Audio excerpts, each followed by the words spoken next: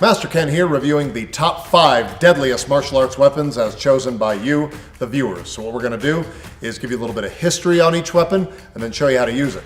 I'm going to reach into my black belt bag that I got from blackbeltbags.com, see what weapons we can find.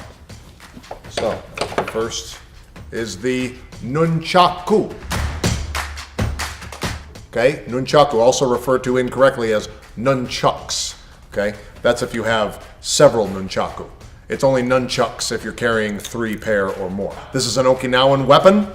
It was used originally to flatten rice. A lot of people don't know, but rice actually grows on plants in the shape similar to tomatoes. They're somewhat bulbous. So you set them out on a table and you just, here, like this, flatten rice. A lot of traditional ways to use it. Here, okay, underneath, like this. What I don't see people using often enough is the chain itself. If you spin it, you can use that as a weapon and cause in your opponent what is known as a chain reaction.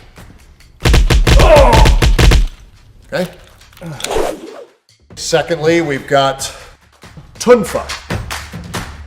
This is another Okinawan weapon. This was originally used to help steer wagons. This would go in a mechanism here and you would just sort of turn it like this, like a steering wheel or a steering stick. You just sort of stick it where you want to go. As far as a weapon, it can be used to punch, can be used to strike, can be used to flip strike, okay? So that's the way you use the tunfa. Now, the sword. This is something that was not originally used in combat. Back in ancient Japan, this of course was called an obo, and what it was used for was food preparation only. Because when you got hundreds or thousands of soldiers out fighting, they're going to get really hungry, they come back, and you got to prepare, you know, God knows how many egg rolls, and so you're just going through it, just, you know, using the blade like this. That all changed one day when someone was upset at the food. They went to complain to the cook, ended up attacking them, and then the cook just, you know, cut them in half, and they said, you know, we should probably start using this.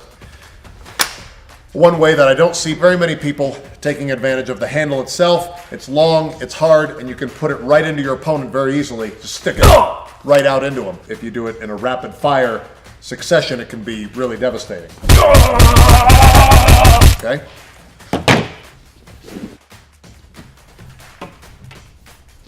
Okay. The bow or bow staff.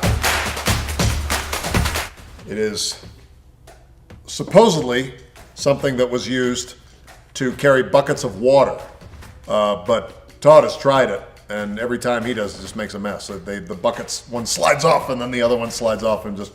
So I did some research and found out this was used in 2 ways. One was to churn butter. Okay, if my butter brother was sitting down here holding the butter, I would just sit on his shoulders up here and just churn the butter. Okay, that's how it would be a teamwork kind of a thing, and you could churn more butter that way. You could have a bigger butter barrel.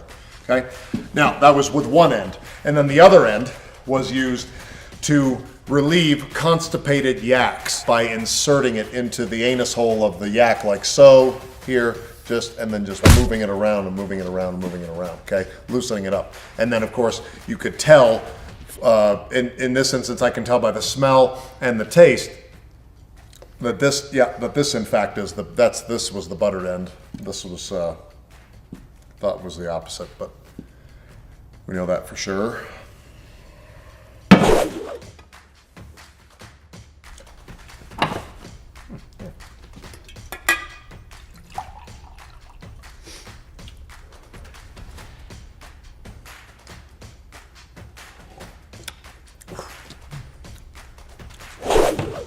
And of course, the last and deadliest weapon of all